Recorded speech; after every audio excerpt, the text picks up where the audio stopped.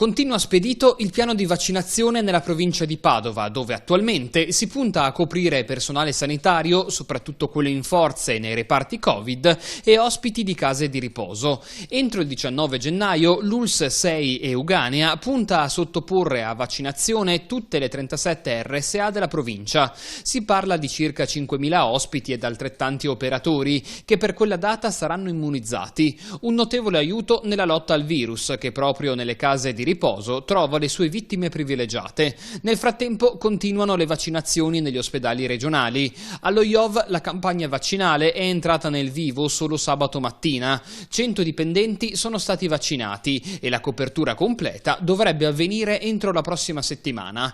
Da lunedì infatti le iniezioni si eseguiranno tanto a Padova quanto nella sede IOV di Castelfranco.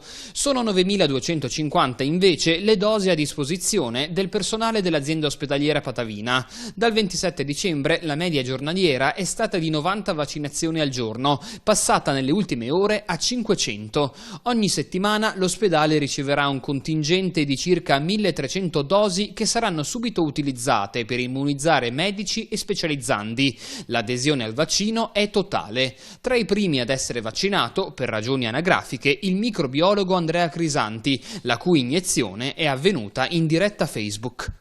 Avevo in passato detto che aspettavo il conforto delle informazioni scientifiche per farmi un vaccino e chiarisco una volta per tutte, forse questa è l'occasione che dirime definitivamente questa problematica. Io non sono stato mai contrario ai vaccini, penso che sia un momento importante, ci auguriamo tutti quanti che ci sia la massima adesione a questa vaccinazione, perché l'adesione a questa vaccinazione è fondamentale per bloccare la trasmissione.